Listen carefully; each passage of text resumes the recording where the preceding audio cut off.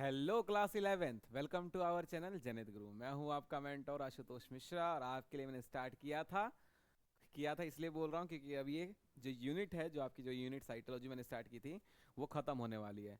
अब आपके पास पढ़ने के लिए सिर्फ एक लास्ट सेल ऑर्गेनल बचा है जिसका नाम है न्यूक्लियस। तो चलिए देर नहीं करते हैं, अपने टॉपिक पे आते हैं जिसका नाम है न्यूक्लियस। न्यूक्लियस बहुत इंपॉर्टेंट है, इससे क्वेश्चन आता है। इस पे क्वेश्चन अगर नहीं भी आया तो इससे लेके क्रोमोजोम पे क्वेश्चन आ जाएगा। उस पे भी नहीं आया क्वेश्चन तो आप मान के चलिए इसका कनेक्शन बनाएगा सीधा मॉलिक्यूलर बेसिस ऑफ इनहेरिटेंस से, वहां से इंटरकनेक्ट करके क्वेश्चन पूछ लेगा। तो इंपॉर्टेंट है, तो चलिए पढ़ते हैं। हेडिंग डालेंगे न्यूक्लियस। ठीक है, न्यूक्लियस। न्यूक्लियस को हम ब्रेन ऑफ सेल बोलते हैं, ब्रेन ऑफ सेल, या फिर इसे हम कंट्रोलिंग यूनिट ऑफ सेल बोलते हैं, controlling unit of cell, unit of cell. इसके अलावा इसको बॉस ऑफ सेल बोला जाता है, बॉस ऑफ सेल। ठीक है, सेल का पूरा बॉस है ये। बेसिकली बॉस भी नहीं बोलेंगे, बॉस का कमरा है न्यूक्लियस। ठीक है,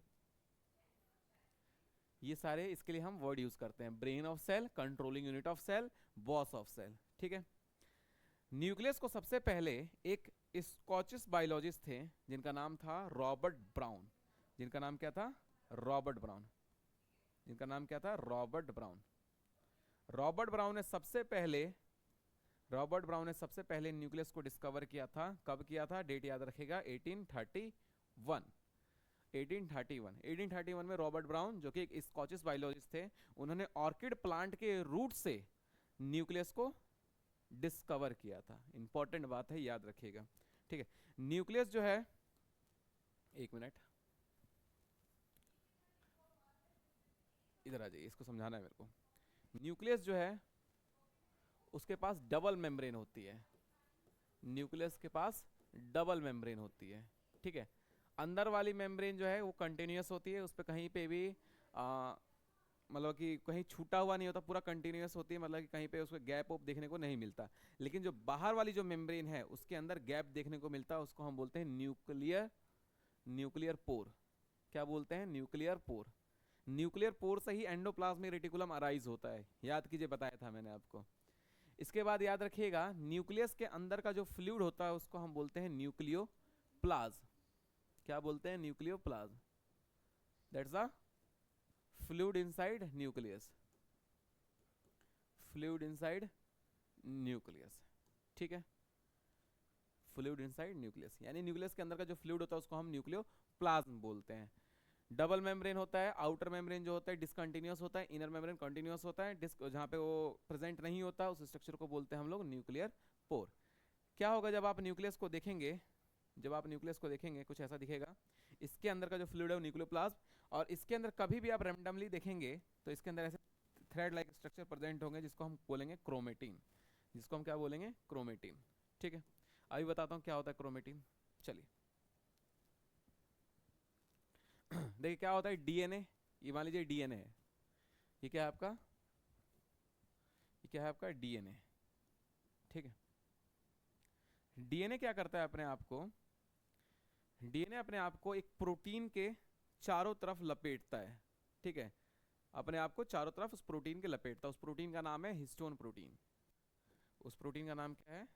देखिए यहाँ से दिखा देता हूँ, हिस्टोन प्रोटीन। दैट्स अ, इसको हम क्या बोलेंगे? Histone protein. ठीक है, यह क्या है आपका? Histone protein. ठीक है, इंपॉर्टेंट है, इसको हम बोलते हैं हिस्टोन प्रोटीन। अब ये क्या करेगा? डीएनए अपने आप को इसके ऊपर ऐसे लपेटेगा। ठीक है, और लपेट के कुछ ऐसा स्ट्रक्चर बनाएगा। ठीक, इस स्ट्रक्चर को बोलेंगे हम लोग न्यूक्लियोसोम। इसको क्या बोलेंगे हम लोग? न्यूक्लियोसोम। ठीक है, क्या बोलेंगे? न्यूक्लियोसोम। डीएनए, डीएनए ने अपने आप को हिस्टोन प्रोटीन के ऊपर लपेटा, और लपेट के कुछ ऐसा स्ट्रक्चर बन गया जिसको हम बोलेंगे न्यूक्लियोसोम। अब ये न्यूक्लियोसोम और अपने आप को कंडेंस करेगा, और कंडेंस करेगा। ठीक है, जब कंडेंस कर लेगा तब बनेगा ऐसे थ्रेड लाइक स्ट्रक्चर, ऐसे ऐसे थोड़ा सा थिक थिक बनेगा। इसको हम बोलेंगे, इसको हम बोलेंगे क्रोमेटिन, इसको हम क्या बोलेंगे, क्रोमेटिन। ठीक है, क्या बोलेंगे इसे हम, क्रोमेटिन। और जब ये और कंडेंस हो जाएगा, और कंडेंस हो जाएगा तो कुछ ऐसा स्ट्रक्चर बन जाएगा।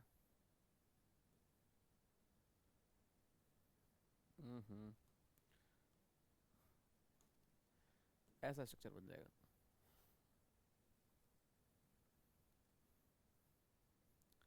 ठीक है, इसको हम बोलेंगे क्रोमोसोम। इसको क्या बोलेंगे हम लोग, क्रोमोसोम। अब ध्यान से देखिए, ये न्यूक्लियोसोम, क्रोमेटिन, क्रोमोसोम बेसिकली है क्या, बेसिकली है क्या, डीएनए और हिस्टोन तो है, बस ये अपने आप को लपेटते जा रहे हैं, जैसे जैसे लपेट रहे हैं वैसे वैसे इनका नाम चेंज हो रहा है। डीएनए ने अपने अपने आप को हिस्टोन प्रोटीन के ऊपर लपेटा तो बन गया न्यूक्लियोसोम, न्यूक्लियोसोम थोड़ा और कंडेंस हो गया तो बन गया क्रोमेटिन, क्रोमेटिन और कंडेंस हो गया तो बन गया क्रोमोसोम। याद रखिएगा, क्रोमोसोम हमेशा सेल डिवीजन के टाइम ही दिखेगा आपको। अगर आपको क्रोमोसोम दिख रहा है माइक्रोस्कोप से तो ये समझ जाइए कि सेल अब डिवाइड करने वाली है, उसका जो न्यूक्लियस है वो डिवाइड करने वाला है। सेल डिवीजन में एक फेज आता है, उसको बोलते हैं हम लोग मेटाफेज। मेटाफेज के अंदर आपको सिर्फ और सिर्फ क्रोमोसोम देखने को मिलेगा, बाकी किसी भी फेज में क्रोमोसोम देखने को नहीं मिलेगा। आपको सेल को कभी भी आप रैंडमली देखेंगे तो उसके न्यूक्लियस में हमेशा आपको क्रोमेटिन देखने को मिलेगा। ठीक है, समझ आ गया ये क्या बताया मैंने, डीएनए जो है अपने आप को हिस्टोन प्रोटीन के इर्द गिर्द लपेटता है और क्या बनाता है, न्यूक्लियोसोम बनाता है। न्यूक्लियोसोम थोड़ा सा और कंडेंस जब होगा तो बन जाएगा क्रोमेटिन, क्रोमेटिन जब और कंडेंस हो जाएगा तो बन जाएगा आपका क्रोमोसोम। तो क्रोमोसोम बेसिकली है क्या, क्रोमोसोम बेसिकली है क्या, it is a condense form of DNA, यानी कि डीएनए का कंडेंस फॉर्म है क्रोमोसोम। बोले क्लियर हो गया, DNA, histone protein, nucleosome, chromatin और क्रोमोसोम। एक बात और याद रखना है कि जो डीएनए होता है वो नेगेटिव चार्ज होता है। डीएनए के पास कैसा चार्ज होता है, नेगेटिव चार्ज होता है। क्यों नेगेटिव चार्ज होता है, due to presence of phosphorus, phosphorus की वजह से डीएनए का जो चार्ज है वो नेगेटिव हो जाता है। हिस्टोन प्रोटीन जो है इसके पास चार्ज होता है पॉजिटिव। इसके पास क्यों पॉजिटिव चार्ज होता है, क्योंकि ये एक बेसिक अमाइनो एसिड से मिलकर बनता है, उसका नाम है लाइसिन और आर्जिनिन।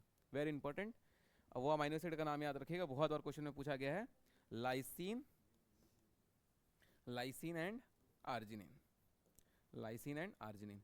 लाइसिन और आर्जिनिन की वजह से ये हिस्टोन प्रोटीन पॉजिटिव चार्ज होता है और फास्फोरस की वजह से डीएनए नेगेटिव चार्ज होता है।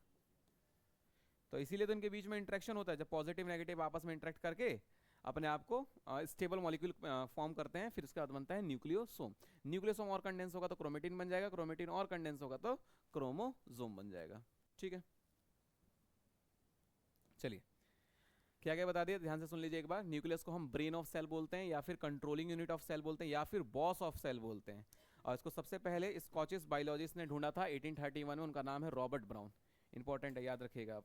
ठीक है, इसके बाद मैंने बताया आपको कि न्यूक्लियस के पास डबल मेम्ब्रेन होती है, बाहर वाली मेम्ब्रेन डिसकंटिन्यूअस होती है, अंदर वाली कॉन्टिन्यूअस होती है। जो बाहर वाली जो मेम्ब्रेन है उसमें कहीं कहीं पे जो मेम्ब्रेन छूटा है उसको हम बोलेंगे न्यूक्लियर पोर, और न्यूक्लियस के अंदर का जो फ्लूइड होता है उसको हम न्यूक्लियोप्लाज्म बोलते हैं। ठीक, चलिए एक बार देख लेते हैं एनसीईआरटी क्या कह रहा है। देखिए, nucleus as a cell organelle was first describe by Robert Brown. ये बता दिया था मैंने, रॉबर्ट ब्राउन ने सबसे पहले ऑर्किड के रूट से न्यूक्लियस को डिस्कवर किया था। ठीक है, कब किया था, 1831 में। इंपॉर्टेंट डाटा याद रखिएगा, 1831। Later the material of the nucleus stained by basic dye, ये इंपॉर्टेंट है, बेसिक डाई। जो क्रोमेटिन जो है उसको देखने के लिए हमें कलर की जरूरत पड़ती है। वो जो कलर जो होता है उसका जो नेचर है वो बेसिक नेचर होता है। एसिडिक बेसिक समझते होंगे आप लोग, तो जो कलर है उसका नेचर कैसा होता है, बेसिक होता है, वही लिखा है इसने। Later the material of nucleus stained by basic dye was given the name chromatin. Chromatin जो नेम था, बहुत इंपॉर्टेंट है ये बात, इसमें क्वेश्चन आया एक बार। क्रोमेटिन जो नेम था वो किसने दिया था, फ्लेमिंग ने। इंपॉर्टेंट बात है, रॉबर्ट ब्राउन ने न्यूक्लियस को खोजा था और क्रोमेटिन टर्म जो है फ्लेमिंग ने दिया था। इंपॉर्टेंट, ठीक। तो चलिए आज के लिए इतने रखते हैं, मिलेंगे नेक्स्ट वीडियो में। इसमें हमने न्यूक्लियस का इंट्रोडक्शन देखा। नेक्स्ट वीडियो में हम देखेंगे कि न्यूक्लियस के अंदर जो सेल ऑर्गेनल जो है, जितने भी सेल ऑर्गेनल नहीं कहेंगे, बेसिकली पार्ट होता है, डीएनए का एक उभार होता है जिसका नाम है न्यूक्लियोलस, वो देखेंगे। तो चलिए आज के लिए इतने रखते हैं, मिलते हैं नेक्स्ट वीडियो में, तब तक के लिए धन्यवाद।